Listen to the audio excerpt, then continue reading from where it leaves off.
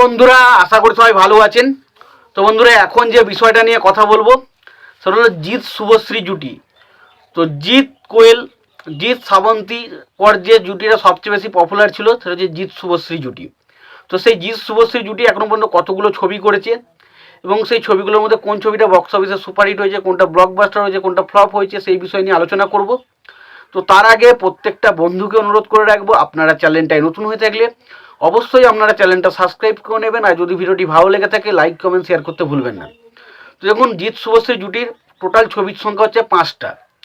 তো 5টা ছবির মধ্যে তার জিৎ শুভশ্রী জুটি আমরা প্রথম যে ছবিটা দেখতে পেয়েছিলাম সেই ছবিটার নাম হচ্ছে পিতৃভূমি।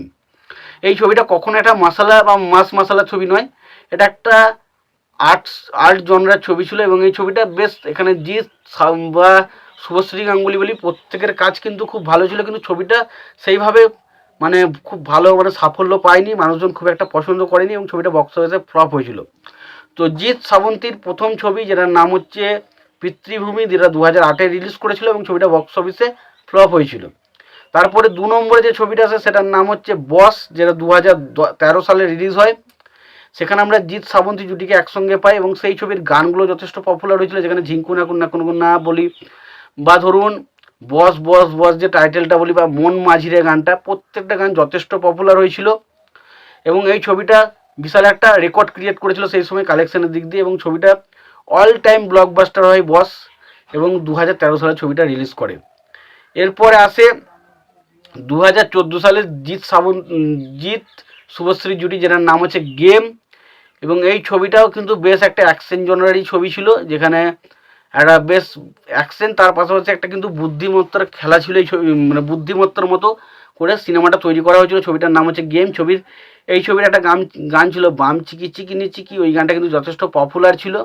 বাকি গানগুলো খুব একটা পপুলার আমার কাছে মনে হয়নি এবং ছবিটা বক্স অফিসে ঠিকঠাক একটা পারফর্ম করেছিল। ছবিটা বক্স অফিসে প্রায় সুপারহিট হয়েছিল এবং 2016 সালে আমরা আবারও জিৎ শ্রাবন্তী জুটিকে দেখতে পেয়েছিলাম। ছবির নাম হচ্ছে অভিমান এবং এই ছবির পরিচালকের দায়িত্বে ছিলেন রাজ চক্রবর্তী। এখানে জিৎ শ্রাবন্তী ছাড়াও আমরা এখানে সায়ন্তিকাকে দেখতে পাই।